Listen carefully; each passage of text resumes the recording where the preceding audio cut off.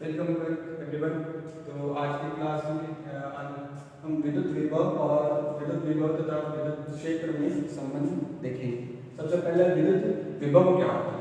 तो विद्युत विभव को अगर हम परिभाषित करें तो ये होता है कि अनंत से किसी परीक्षण आवेश Q नॉट को बिंदु P पर, जो कि Q से R दूरी पर है, बिंदु P पर क्षेत्र के विरुद्ध त्वरित लाने में जो किया गया कार्य है उसे ही हम क्या कहते हैं? विद्युत विभव। यानी विद्युत विभव को हम कार्य डिवाइडेड बाय Q नॉट हमारा है परीक्षण आवेश या टेस्ट चार्ज। तो मान लेते हैं हम कि ये जो dr डैश हमारा विस्थापन है, इसके लिए हमारे को dw कार्य करना पड़ेगा। तो dw कार्य करने के लिए कार्य हमारा होता है बल गुणा विस्थापन, यानी external vector dot dr vector. अब क्योंकि हमें इस आवेश Q नॉट को अत्वरित अवस्था में लेके आना है, तो इसके लिए हमारे पास जो कंडीशन है वो है कि जब हमारा बाह्य बल है एक्सटर्नल फोर्स, वो इक्वल होगा हमारे इलेक्ट्रिक फोर्स, यानी इस Q की वजह से Q नॉट पे जो बल लग रहा है उसके बराबर होगा, परंतु ये विपरीत दिशा में होगा, इसलिए हमने यहाँ पे नेगेटिव साइन दिया है। ठीक है, तो अगर हमें कुल कार्य निकालना चाहूँ तो ये क्या होगा? W इनफाइनाइट टू R, अनंत से R दूरी तक लाने में किया गया कार्य इनफाइनाइट टू R, F को हम लिखते हैं KQ not upon R dash square dr dash. यहाँ पे हम KQ नॉट हमारा कांस्टेंट है और 1 बाय R डैश स्क्वायर का जो इंटीग्रेशन होगा वो होगा -1 बाय R डैश। यहाँ से माइनस से माइनस कैंसिल आउट होगी, हमारे पास मिलेगा KQ नॉट, और जब हम लिमिट रखेंगे तो मिलेगा 1 by R minus 1 by infinite. 1 by infinite हमारा होता है 0। तो किसी भी अनंत से किसी परीक्षण आवेश को R दूरी पर लाने में जो किया गया कार्य होगा KQ नॉट अपॉन R।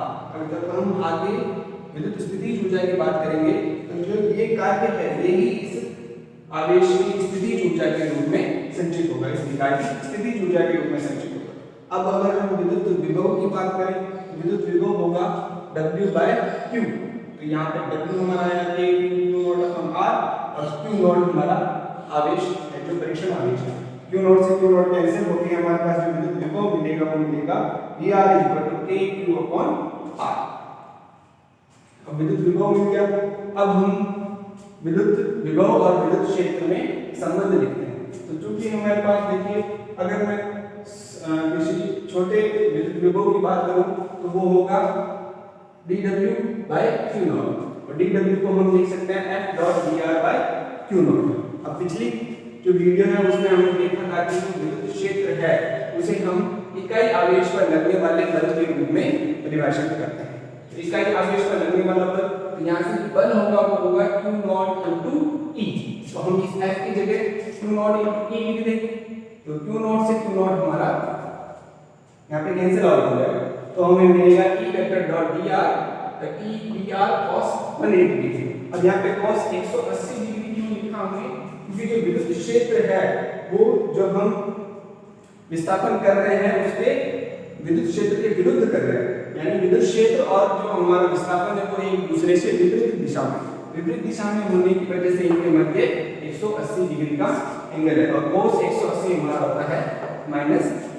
तो यहाँ से हमें मिलेगा dV -E dr, और E हमारा आ जाएगा हमें -dV बाय dr। तो ये हो गया हमारा विद्युत क्षेत्र एवं विद्युत विभव में संबंध।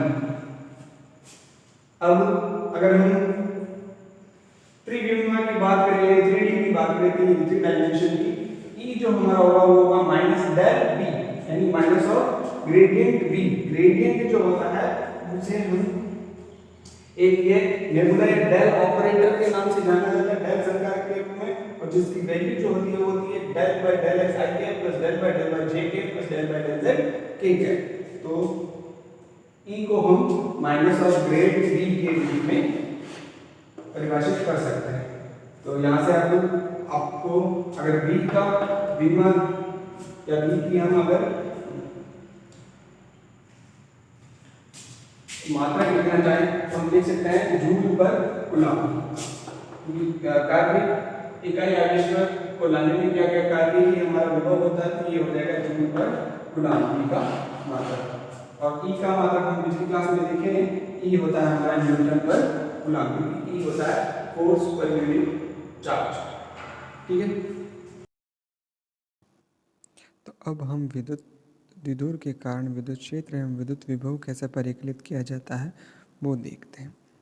ठीक है, तो सबसे पहले हम देख लेते हैं कि हमारे पास एक माइनस क्यू और प्लस क्यू चार्ज से मिलकर एक विद्युत द्विध्रुव बना हुआ है, जो कि इसके केंद्र से ए यानी कुल मिला के 2a दूरी पर है, और इसे हम एक विद्युत द्विध्रुव कहते हैं।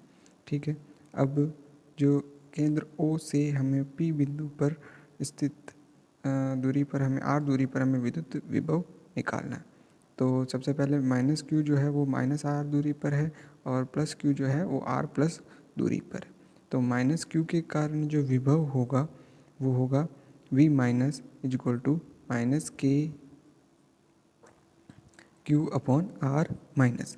इसी तरह से प्लस क्यू के कारण जो विभव होगा वो होगा v plus is equal to k q upon r plus. अब ये क्योंकि r प्लस दूरी पर है, अब कुल जो विभव होगा हमारे पास वो होगा v minus plus v plus. क्योंकि विभव एक अदिश राशि है तो इन्हें हम सीधा जोड़ देंगे, तो अब टोटल हमारा विभव होगा k q upon r plus minus k q upon r minus. तो के क्यू हमारा कॉमन है वो बाहर ले लिया, 1 upon r plus minus 1 upon r minus.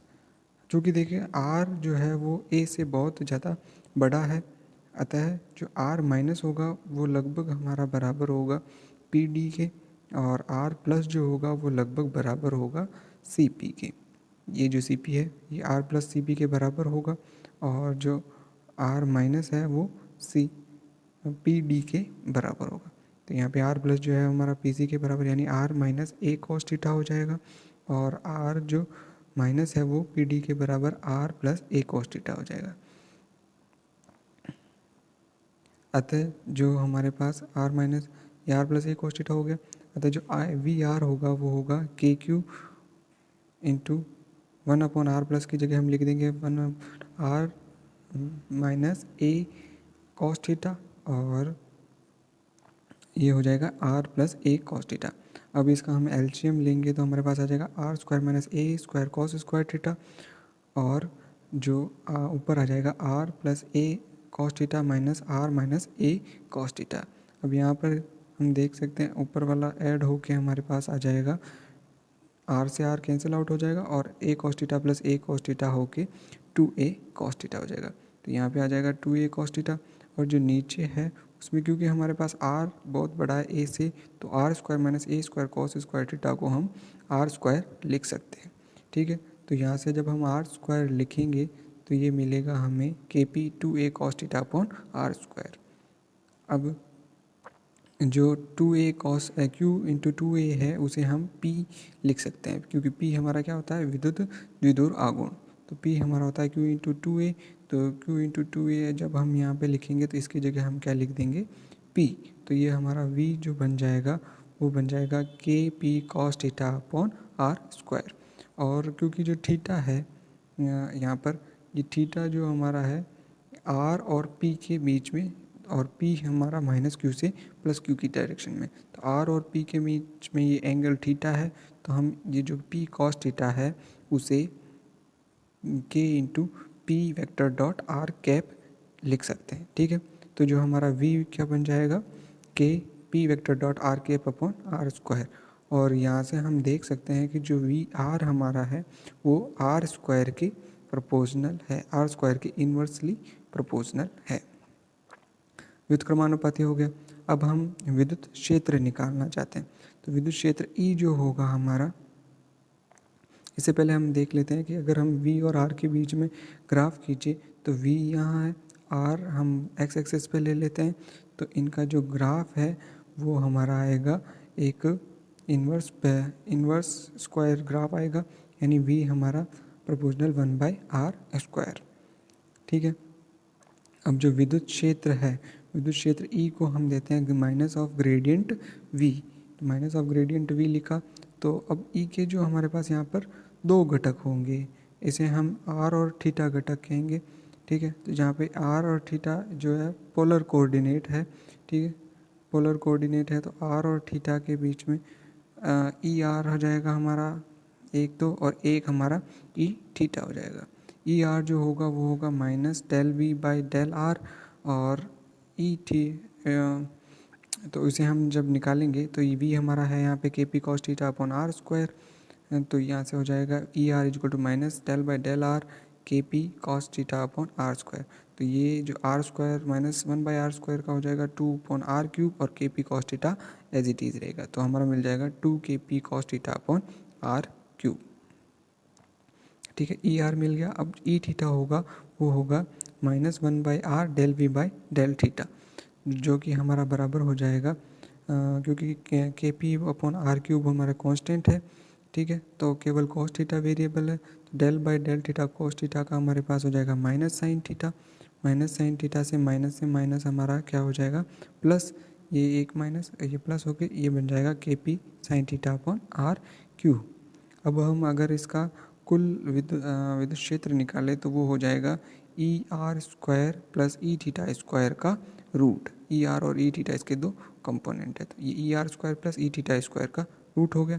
तो इसमें आप देखेंगे कि ई आर और ई थीटा दोनों में के पी अपॉन आर क्यूब हमारा सेम है, तो के पी अपॉन आर क्यूब का होल स्क्वायर यहाँ पे आ जाएगा। फिर जो 2 कॉस थीटा है उसका स्क्वायर आ जाएगा 4 कॉस स्क्वायर थीटा प्लस यहाँ पे साइन स्क्वायर थीटा। अब चूँकि जो हमारा साइन स्क्वायर थीटा है वो होता है 1 माइनस कॉस स्क्वायर थीटा, तो 1 माइनस कॉस स्क्वायर थीटा को हम जब यहाँ पे लिखेंगे तो हमारे को मिलेगा 1 कॉस स्क्वायर थीटा इसमें से कम होके 3 कॉस स्क्वायर थीटा हो जाएगा, और 1 का 1 रह जाएगा, तो ई जो हमें मिल जाएगा, और ये जो के पी अपॉन आर क्यूब है वो हम बाहर ले लेंगे, तो ई हमें मिलेगा k p upon r cube under the root 3 cos square theta plus 1, और ई है हमारा 1 अपॉन आर क्यूब के समानुपाती हो जाएगा।